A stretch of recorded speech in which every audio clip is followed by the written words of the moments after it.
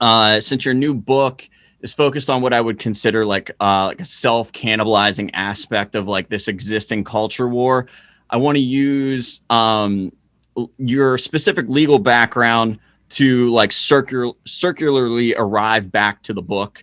Um, so like my impression in the culture right now is that there's a lot of younger professionals who have not been in unions, and probably that their parents aren't in unions either.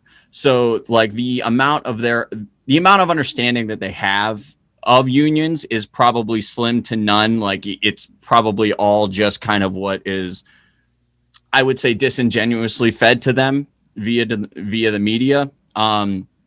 So do you think that you can kind of lay out like a foundational 101 level understanding about unions?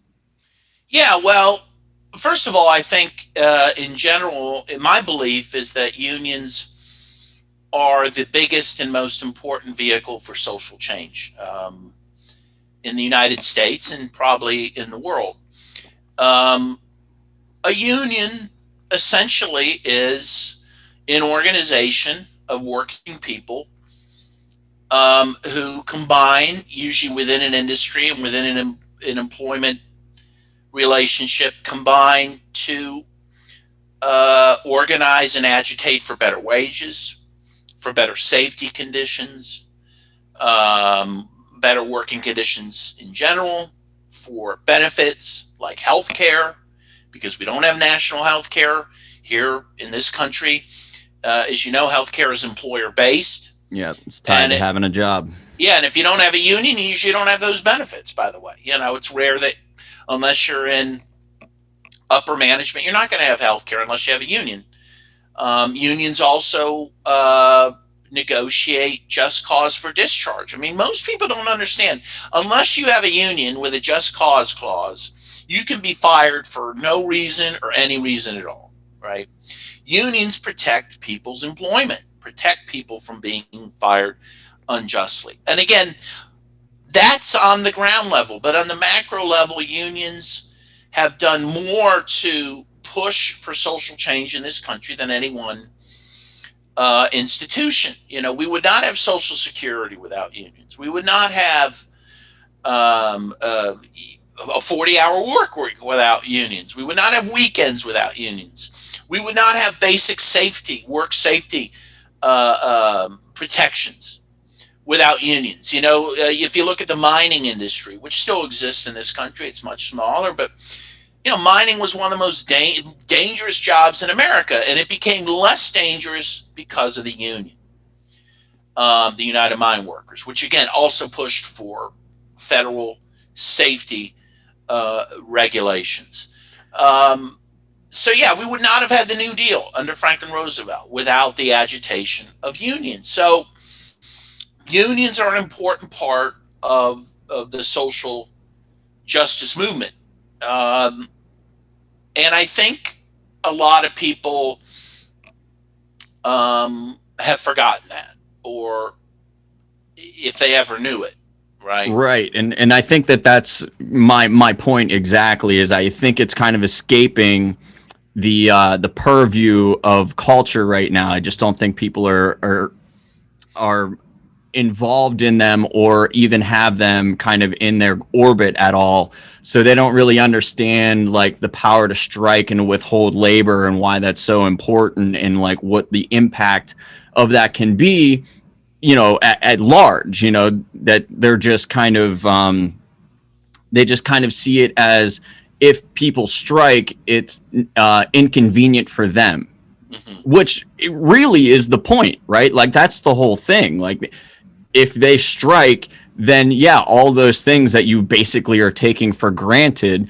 the production of that slows down. All of that stuff that you find valuable, it's those people that you haven't been, correctly prioritizing. They're the ones that are making it possible. Like, so yeah, I do think that there's that connection was missing. So I really wanted you to bring that forth. And so I'm glad you did. And obviously, I'm sure you followed the Amazon issue in Bessemer. Yeah, yeah. I don't know if you want to lay a little bit of how much like mainstream media news do you watch? Because I don't know what Yeah. the coverage was like for this. Yeah, well, the one thing I listen to is NPR, which Yeah. I honestly I hate, but I do listen to it. It's kind of a habit, like cocaine or something. But without the Bad girlfriend. Just keep yeah. going back. They covered it pretty well, and I would say sympathetically. I would say that again, what I gleaned from NPR and some other news sources that the more liberal media seem to, I would say, have supportive coverage of that campaign. In addition, there were a lot of celebrities and politicians who publicly supported it, which was all good, all to the good. As we know, they lost pretty badly in the vote, and the union attributes it to, and I think they're largely right in this regard. Well, there are a couple things. One, employer intimidation tactics. Employers are very good at, in subtle and not so subtle ways, saying, "Hey, if you unionize, maybe we'll move somewhere else, right? Right. And you'll lose your job." And employers are not allowed to do that specifically because a place is unionized. They're not allowed to threaten that either explicitly, but they find ways to imply it, and it's a very powerful thing.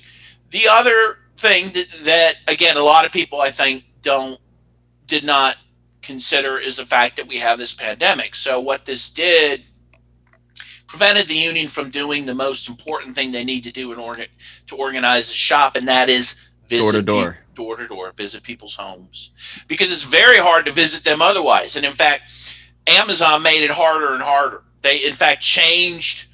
So a lot of the union organizing took place outside the plant gate, and apparently there's a stoplight there. I was just gonna ask you if you knew about the stoplight Yeah, thing. and apparently Amazon got the stoplight changed so that the traffic would fly through quicker and there wouldn't be a chance to talk to the workers. So if there's no way to talk to them there and there's no way to talk to them in their homes, it's very hard to organize people. It's very hard to organize just calling people. It is because of the employer intimidation, because of people's fears that they have anyway that they might lose their employment if they cross the employer. It's important to build up that trust through face-to-face meetings, and that was very, very, very difficult given the things we just said.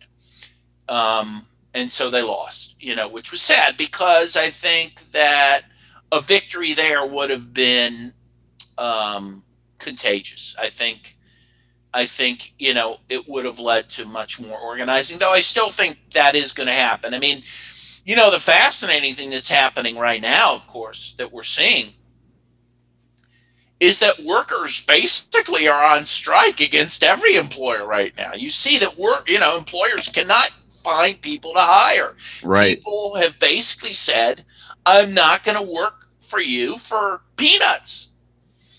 And I think what workers saw during the pandemic, especially during the early months, is everyone was saying, "Oh, thank you, essential workers." And they were treated like shit, not only by the employers, but a lot by the more privileged members of the public, right? And I saw this great quote, and I don't know who came up with it, but whoever was a genius. And they said, definition of lockdown, and it was privileged people getting working class people to bring, privileged people hiding while working class people brought stuff to them. Yeah. And that's exactly what happened. And apparently, and I saw a number of posts in this regard, by and large, people, the privileged who were hiding, were not giving tips. And the reason this was, and again, it kind of relates to what we said about the campaign at Amazon, because they didn't have to look those people in the eye. Right. They weren't coming up to your door knocking and giving you the food. They were dropping the food on the porch and knocking and going away because of social distancing. Well, apparently a lot of people took that as an invitation not to tip them because they didn't have to confront the people that were bringing them stuff. So, and of course, waiters, waitresses weren't working by and large and getting tips. Anyway, society as a whole, I would say, while applauding the so-called essential workers, repaid them with scorn. Right. And I think the working class has been conscientiousized and has said, fuck you, if I can say that on your show. You can absolutely swear. And honestly, it's kind of inspiring. It's like, you see the signs. Have you seen signs posted like on a Wendy's saying, we all quit? Right. Restaurant closed. And so what you're seeing is a general strike. It's not being organized by unions. But this is a classic way that workers show their anger. And they're going to have to pay people a decent wage or they're just not going to work. So, what, and I'm jumping ahead of myself, but what has to happen is for unions and other groups to harness this anger. Yes. And this resentment to build a better movement. This is a great time to organize unions. This is a great time to organize generally for social change. The Democrats screwed the working class by claiming that some unelected person, the parliamentarian that no one ever heard of, but the all-powerful Graham Poobah, the parliamentarian that no one voted for, prevented the $15 minimum wage from getting on the Senate floor. This is one of the greatest boondoggles in history, right? And I've wanted to shake all of these people who now have the word parliamentarian in their mouth, right? And they're like, oh, the parliamentarian is what blocked the $15 minimum wage. And I was like, do you know what the Republicans did the last time the parliamentarian said that their thing wasn't able to go into a bill? They fired them and they got somebody in there who would approve it. I was like, this is how you know that the Democrats just didn't want to fight for it. In fact, I think the rational assumption is that probably someone called the parliamentarian, either Biden or Harris, and said, you better kill this thing because we don't want this to go forward, but we don't want people to know we don't want it to go forward. Well, Biden kind of signaled that. And I don't want to go crazy into politics on here, but Biden definitely said I'm not sure if this one's going to really make it into the bill. He didn't give the other side of that, or he didn't give you a different spin on that argument, which is this might not make it into the bill or whatever, but we're so committed to it and we're going to fight for it and we're going to make our case for it and we're going to make sure that this gets through no matter what. So they can block it here, but we're going to make sure that this gets pushed through. He just kind of was oh, the parliamentarian just is in the way. Yeah, and by the way, what was being proposed was a joke anyway. It was $15 an hour by something like 2023 or something like that. Yeah. $15 isn't enough. That's not enough. And to say we're not going to give it to you for a few years, that itself was a joke, and they wouldn't even do that. So, but this is going to propel this. This is going to, and frankly, even if it's not put into law, they're going to have to pay people better, or they're not going to come to work. And they shouldn't. And I think that's beautiful.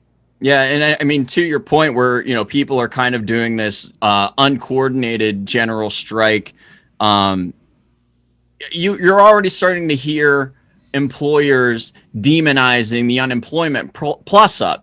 People don't want to come back to work. We're having a hard time finding workers. It's you're having a hard time figuring out that you're not compensating people correctly. That's the problem. You've been padding your pockets this entire time. And what you're not doing is, it would have been beautiful if Trump was correct and trickle-down economics was a real thing, but it's not. And these people just keep taking their money from the top and putting it in their pockets, and workers are getting in the shaft.